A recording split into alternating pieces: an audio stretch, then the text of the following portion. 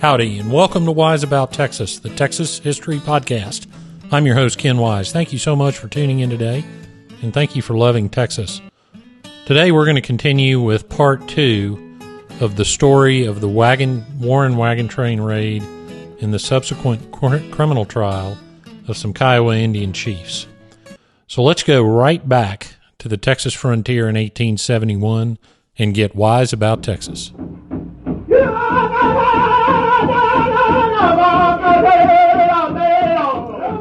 All right, we need to start with a brief recap of part 1, but I encourage you, if you haven't listened to part 1, go back and listen to it. It's called People, Places, and Policy. And in part 1, I talked about the conditions on the Texas frontier west of Fort Worth. In short, they were very dangerous. The Civil War had provided the Plains Indians tribes, and the ones we're concerned with are mainly the Kiowa tribe, also the Comanches. And they provided those tribes with a great opportunity to push the frontier of settlement in Texas back toward the east, which they did. And during Reconstruction, the United States government was again responsible for security on the frontier. And Ulysses Grant had instituted what we call the peace policy, or the Quaker peace policy, where he had placed Indian agents, most of them Quakers, but all of them religious people, with various tribes, and they were supposed to model peacefulness, civilization, etc., etc. They were also in charge of administering a massive government welfare program where the U.S. government would provide rations and annuity goods, farming tools, food, blankets, that kind of thing to the Indian tribes, and in exchange, the Indians promised to stay on the reservations and not raid. Of course, as you might guess, that wasn't working very well.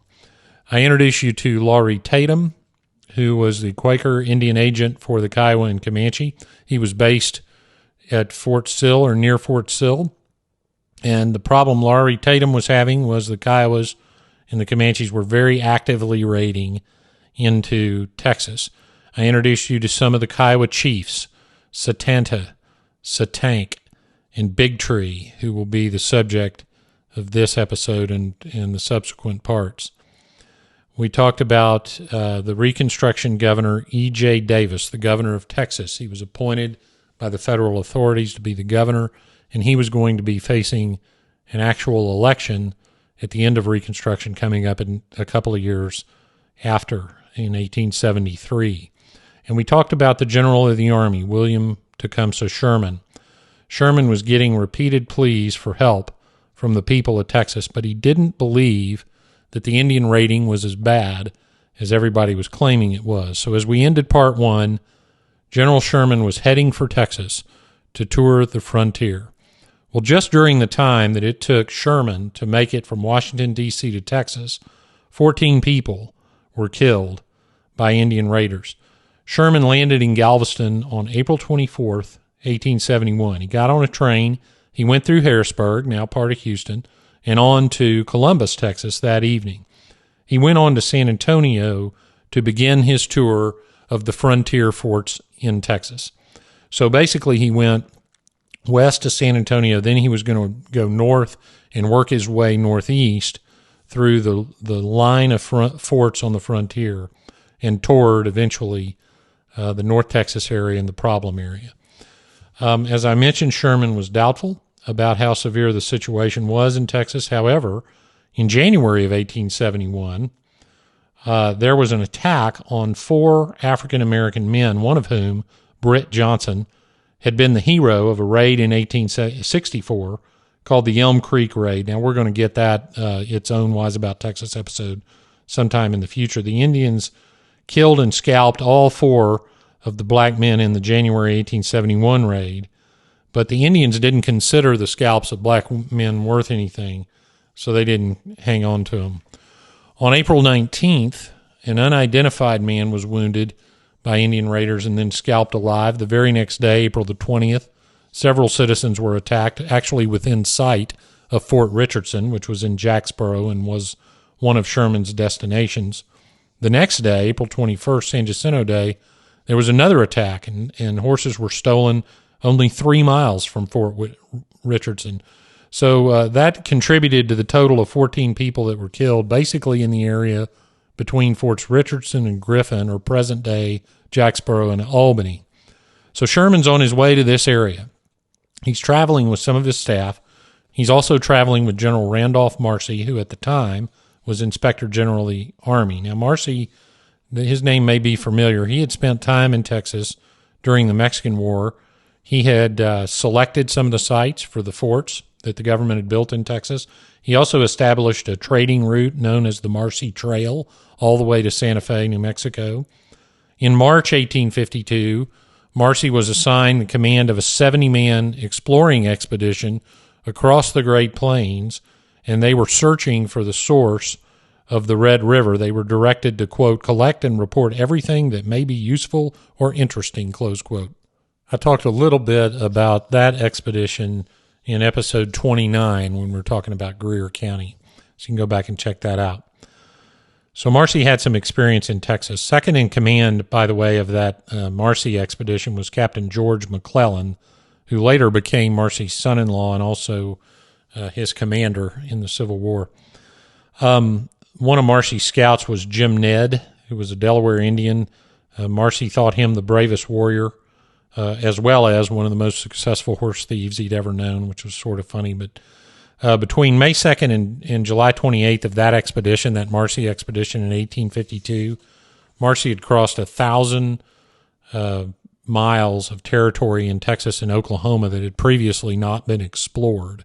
So he discovered a lot of mineral deposits and 25 new species of mammals, some new species of reptiles. He recorded a prairie dog town that reportedly covered 400,000 acres. And then he finally discovered the sources of both forks of the Red River, so he thought. Also discovered the Palo Duro and Tule canyons, and he was the first white man to ever explore those canyons. The expedition also encountered and documented the Wichita Indians, which we weren't all that familiar with, compiled a dictionary of their language, and also got some information on Cynthia Ann Parker. So that was a very important expedition. So go back to episode 29, check that out. Point is, Marcy was a very experienced frontiersman, and so while Sherman doubted that the Indian problems were that bad, Marcy knew different. In fact, he kept a journal of his trip with Sherman, and he wrote this. He said, quote, "The whole country seems in a fair way of becoming totally depopulated," close quote. So actually some of the citizens of North Texas during this time expressed a hope when they knew that Sherman was coming. They sort of hoped that an attack would occur while Sherman was in the area, so he'd know firsthand exactly the problems they were dealing with. Well, what those citizens had no way to know is how very close Sherman would come to fulfilling those wishes.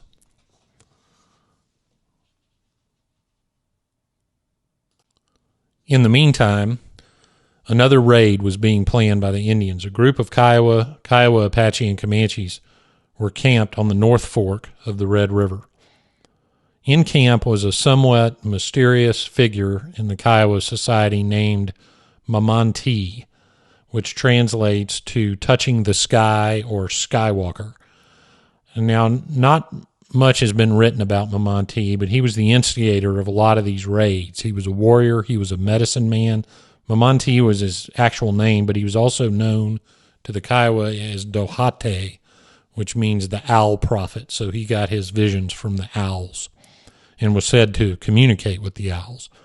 So Mamantee led a party of over 100 Indians down from Indian Territory. They entered Young County, Texas, between Fort Belknap and Fort Richardson. Now, this was about May 17th, 1871, so they started a lot earlier, of course, from Oklahoma, but that's when they entered Young County. What they intended to do was watch the Butterfield Trail. Now, I talked about this in the part 1. The Butterfield Trail was an old stagecoach road that ran across in this area, and Mamantee had a vision, and he told the warriors that there would be 2 parties of white people passing on the trail that they were watching. It was going to happen the next day. The first party was going to be a small party, and it wasn't going to be worthy of their attention, so they weren't going to attack that party.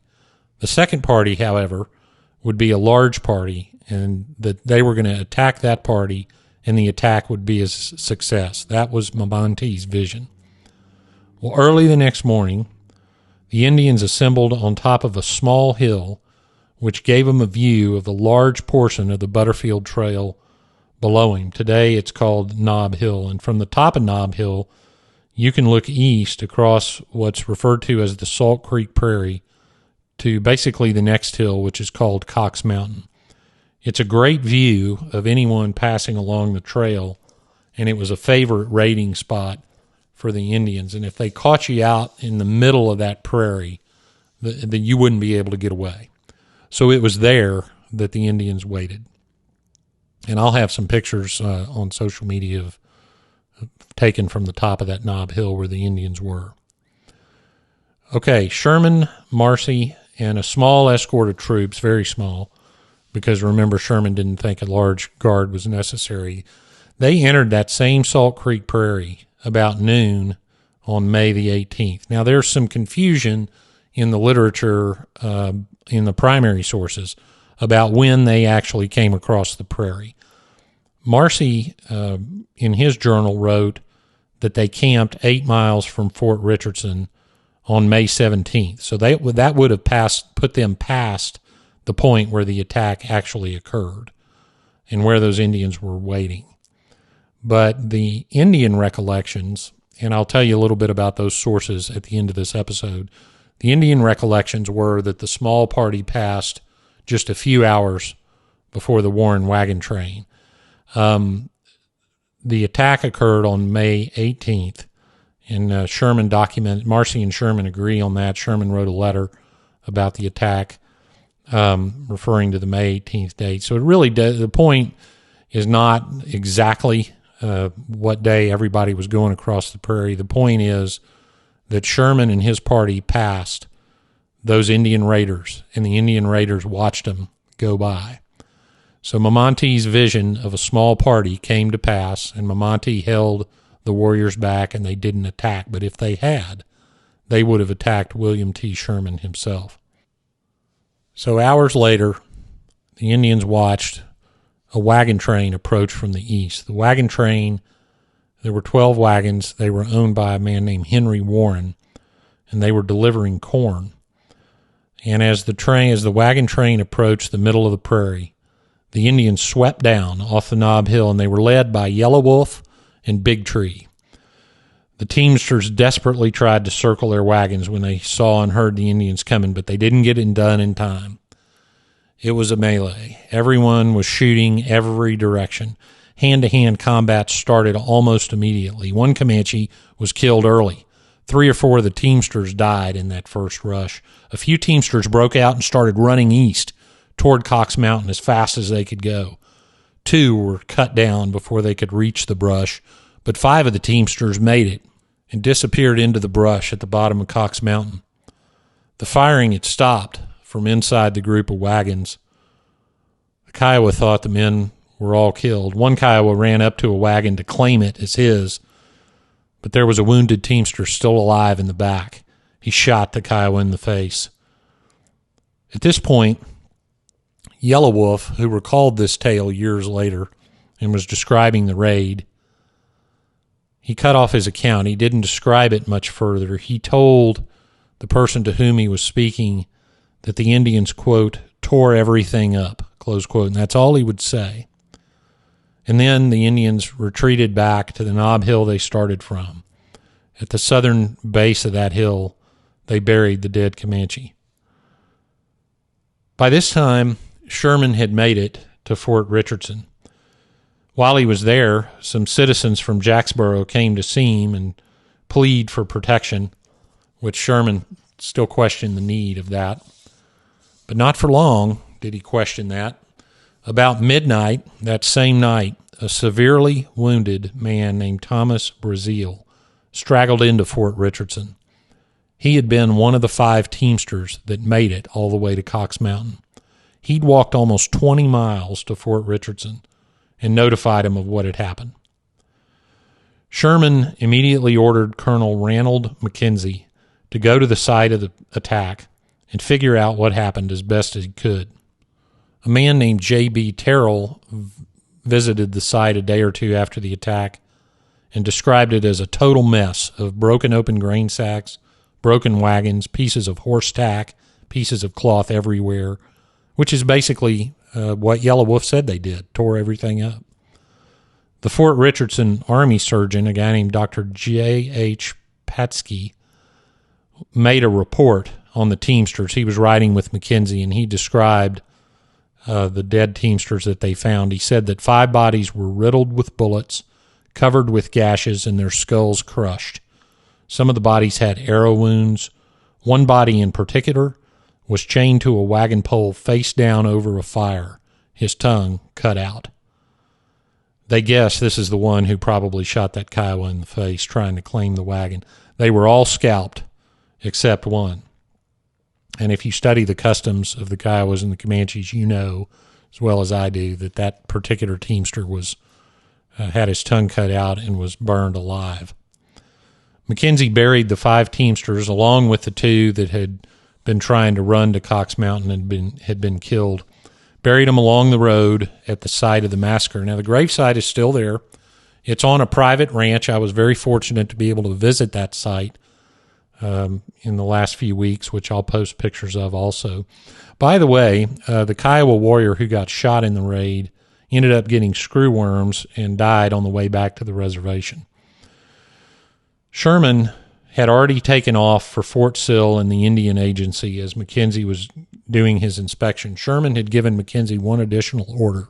He said to track and pursue the Indians, if at all possible, even if necessary, all the way back to the reservation and catch them, because they were suspicious that these raiding Indians were coming from the reservation, which of course would have broken the deal that they had with the peace policy. So McKenzie was off in search of the raiders. Lawrie Tatum, the Quaker Indian agent, had, in an extraordinary coincidence, he had just sent a letter to his supervisor, another Quaker agent named Enoch Hogue, that Tatum was having trouble controlling the Kiowa and Comanches, and suggested to Hogue that they take an entirely new approach. Tatum thought it would be worthwhile to turn the Indian raiders over to civilian authorities and have them tried in the criminal courts, as citizens would have been tried in the criminal courts. And I alluded to this earlier in part 1, that the thinking was that if the Indians saw the power of the rule of law, the power and order and process of the courts, that it might make an impression on them and change their behavior. That's what the Indian agents thought. When he sent that letter, which went out on May 19th, he had not heard of the massacre that had happened on May 18th.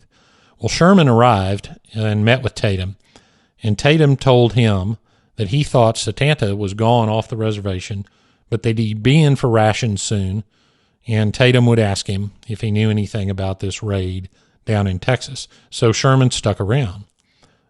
He was also waiting for word from McKenzie to see if he had found the Indians responsible. Well, the following Saturday, May 27th, 1871, the Kiowas came in for their rations, a little more than a week after the raid.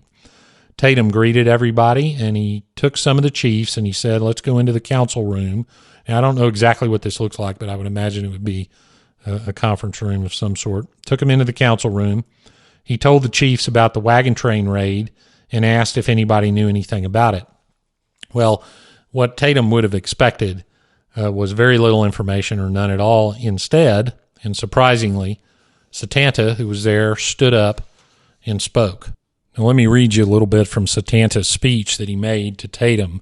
I'm not going to read the whole thing, but remember Satanta, as I described him in part 1, he liked to brag. He was one of the principal war chiefs, if not the most important, of the Kiowa tribe, and he was really proud of his status. So he stood up when Tatum asked about the raid, and he poked himself in the chest, very impressively it said, and he said the following, quote, "Yes, I led that raid. I've heard that you have stolen a large portion of our annuity goods and given them to the Texans. I have repeatedly asked you for arms and ammunition which you have not furnished, and made many other requests which have not been granted. You do not listen to my talk. The white people are preparing to build a railroad through our country which will not be permitted. Some years ago, we were taken by the hair and pulled close to the Texans, where we have to fight. But we have cut that loose now and are all going with the Cheyennes to the Antelope Hills. When General Custer was here 2 or 3 years ago, he arrested me and kept me in confinement several days. But arresting Indians is played out now and is never to be repeated. On account of these grievances, I took, a short time ago, about 100 of my warriors, with the chiefs Satank, Eagleheart, Big Tree, Big Bow, and Fast Bear. Now, at this point, Satank interrupted him and told Satanta not to say anything else, and not to say anything else about who was there. But Satanta couldn't resist. He went on to say this, quote, "We went to Texas, where we captured a train not far from Fort Richardson, killed 7 of the men, and drove off about 41 mules. 3 of my men were killed, but we're willing to call it even. We don't expect to do any raiding around here this summer, but we expect to raid in Texas. If any other Indian comes and claims the honor of leading the party, he will be lying to you, for I did it myself." Close quote. Well, Tatum was shocked. He didn't expect anybody to admit the raid. The Indians knew full well that was a problem, but Satanta just couldn't resist, and he got up and he actually bragged about it. Now, you notice what he left out. Mamonte sort of led the raid. He's the one that organized it. He's the one that had the vision and told him what to do, but Satanta jumped up at the first opportunity to claim that he had actually led it.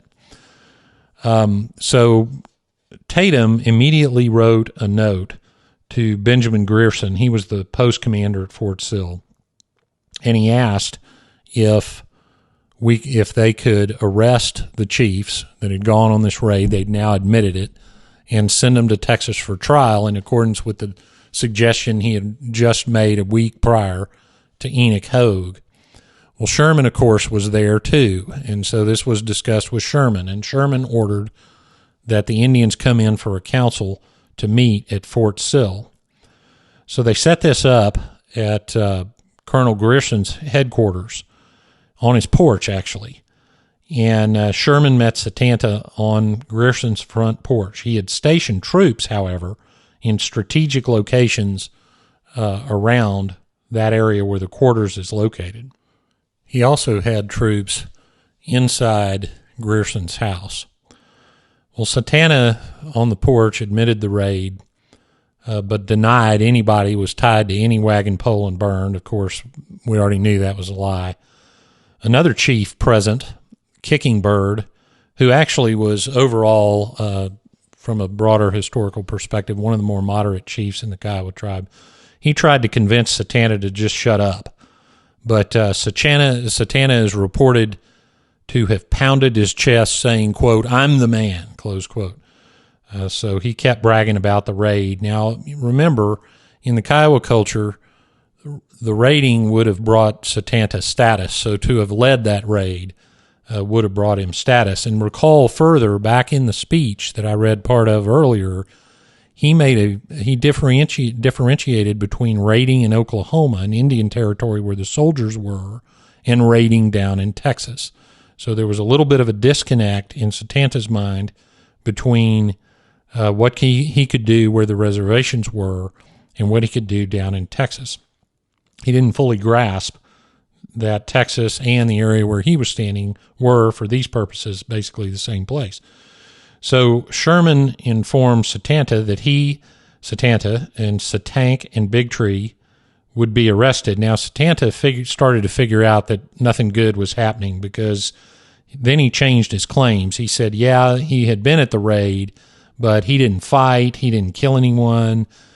He just wanted to teach some of the young warriors how to fight. Sherman said, well, that didn't get enough. You're going to Texas and you're going to go to court. And so at some point, apparently, Satanta figured out it wasn't going his way, got very mad, actually threw back his robe and reached for a pistol that he was carrying, at which point the shutters of Grierson's house flew open and gun barrels emerged from the soldiers that were in the house.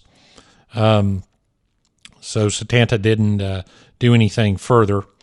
In the meantime, while this was all going on, Big Tree came straggling up to the area, guarded by a group of soldiers. It turns out he had tried to escape because he had realized that this was not going to work out well. So he had tried to run away, but the soldiers eventually caught him.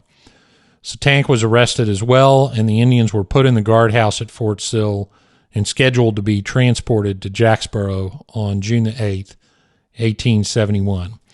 So the morning comes where they're going to take him to Jacksboro. Satank is put in the front wagon. Satanta and Big Tree are put together in the second wagon. Satank had 2 soldiers with him in the front wagon. Now, before they leave, Satank had gotten in the wagon, pulled a covering over his head, and started chanting something. Well, one of the interpreters at the post was a guy named Horace Jones, and he heard Satank singing. So he walked up to the guys driving the wagon, the 2 guards, and he said, "Listen, you need to watch that old Indian back there because he's going to give you some trouble." The guards, obviously asked him, "What do you mean?" And Horace Jones said, "Satank is chanting his death song." So off they go. Well, sure enough, Satank had a plan. He had stashed a knife in his clothing that apparently no one had searched or no one had found. And as he continued singing as they went down the road, he managed to get out of his handcuffs. And the way he did it, and we don't know for sure how he did it, but he got out of his handcuffs, taking the skin off his wrists and off his hands. That's how badly he wanted out of those cuffs. Now, Satank at this point was about 70 years old, but remember from episode 1 or part 1, he was one of the 10 most fierce warriors of the Kiowa, a member of the warrior society known as the Coetzinco. So he slips the handcuffs off along with the skin on his hands, grabs the knife, lunges at one of the guards, stabbing him in the leg. Both guards bail out of the wagon immediately. Satank grabs a rifle, turns to the soldiers in the second wagon, and is trying to chamber a round. Well, the rifle already had a round in it, so it was starting to jam up. One of the guards in the second wagon snapped off a shot, hitting Satank, knocking him down, but he managed to get back up and was still trying to get the gun loaded, at which point bullets went his way, and Satank got the warrior's death that he, as a member of the Coetzinco, would have wanted. Well, we found out later that Satank had told one of the Tonkaway scouts going along with this trip to Jacksboro that he planned to die on the trip, and that when he did, the Tonkaway could have his scalp. And Satank reportedly told him, "The hair is poor, but you may have it." Well, sure enough, they laid Satank out by the side of the road for burial, and one of the Tonkaway scouts rode up and scalped the old warrior before he was buried. Satank, by the way, his body later was moved to Fort Sill to a cemetery known as Chief's Hill, and he was the first of several Indian chiefs laid to rest at Fort Sill.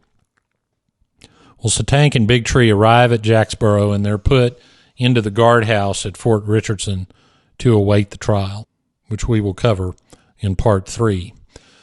So the peace policy and its government welfare program had failed. Now we'd see if the rule of law could overcome the warrior culture of the Kiowa. Sherman wasn't thrilled with the trial situation, but he let it go forward.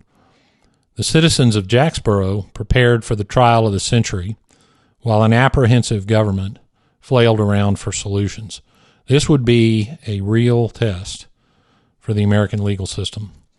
And in Part 3, we'll go to Jacksboro, to the old sandstone courthouse, and we'll go to trial. Well, now we come to the part of the episode I call Getting There, where I tell you how to see a couple of the places I mentioned in the episode. The first thing I want to tell you, though, is about a source that I used in making this podcast and writing an article on this matter that's soon to be published. And it's a very interesting source. It's a book called Carbine and Lance. It was written by an author named W.S. Nye, Wilbur Nye. He had been in the Army, and he actually interviewed Yellow Wolf, one of the first raiders down the Knob Hill toward the Warren wagon train. He interviewed Yellow Wolf, so the description of the raid from the Indian perspective reportedly comes directly from one of the leaders of that raid. He also interviewed Hunting Horse. Hunting Horse was not on the raid, but he was alive at the time, and he knew and spoke to the Indians that had participated. He also interviewed the wife of one of the raiders, a Kiowa woman named Ayate, whose husband had, like I said, participated in the raid. And finally, he also talked to a man named George Hunt. George Hunt was a Kiowa historian and scholar who had spoken to Big Tree himself and others about the raid. So from an Indian perspective, that's about as good a source as you're going to find on this matter. And it's a very interesting book, Carbine and Lance, and it's about Fort Sill and the activities around Fort Sill. And there's a lot more than just the Warren wagon train raid. So very interesting. Let me tell you how to get to Fort Sill. Fort Sill is located near Lawton, Oklahoma. It's an active Army fort. It's also a National Historic Site. They have a museum. Now, the COVID rules are a little bit in flux, so you're going to need to check before you go. Just Google Fort Sill Museum. It'll come up. So do some checking. My hope is to visit the area before the end of the year. This podcast being released in 2021, and that's the one site involved in this matter that I haven't seen. The Jacksboro Courthouse is a wonderful old courthouse. Now, the original sandstone courthouse is long gone, but it is the county seat of Jack County, so they have another courthouse, obviously, and it's about 60 miles northwest of Fort Worth. Now, if you go up there, go to the district clerk's office, ask for District Clerk Tracy Pippin, tell her Judge Wise sent you, and ask to see the file about the Indian raid. The original court minutes survive, or some of them do. They have been preserved by the Texas Supreme Court Task Force on Court Record Preservation, of which I am a part, and they're preserved and should last a couple of centuries. So you can, if District Clerk Pippin is willing, you can look at some of the original documents from the trial that I'm going to talk about in Part 3. There's a historical marker for the Warren wagon train raid. The way to find it is go to Graham, Texas, which is west of Jacksboro. Go to Graham, Texas, and go on Highway 16 north, about 8 miles out of town, and on your right will be a historical marker of the raid. If you stand at that marker, and you can kind of do this on Google Maps Street View, but if you stand at that marker and look to the east, you'll see, if it's a clear day, you might be able to see the windmills on top of Cox Mountain. So you'll be looking across the prairie. It's about a half a mile away where the raid took place. So that historical marker is 8 miles north of Graham on Highway 16. While you're in Graham, go to one of my favorite Texas bookstores, Pratt's Books. Tell them that Ken Wise sent you, and mention Wise About Texas. I can't promise you he's going to get anything, but the inventory is wonderful, and the Pratts are two of the nicest people you'll ever meet. So you can get a little Texas history while you're checking out the historical marker. Also, I want to dedicate this episode to Miss Shannon Potts and her son Travis Plowman of Young County, who made it possible for me to visit the site of the raid and stand on the very spot where Satanta, Satank, and Big Tree started the raid, as well as the spot where the men of the Warren wagon train met their fate. Shannon Potts is working with others on the Young County Museum of History and Culture, which we hope to be open soon. You can find the Young County Museum of History and Culture on Facebook. Search for that name and give it a like. Lots of great history up in that area, and you won't find a nicer group of people than the folks in that area in North Texas. Stay tuned. Part 3, the trial, will be coming soon, and I want to close this episode in a non-traditional way. I want to read the names of the men who were killed on the Warren Wagon Train raid so that they might be remembered.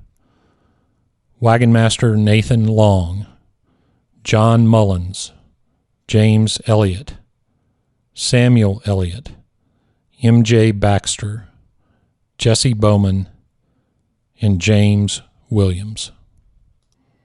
God bless Texas, and we'll see you down the road.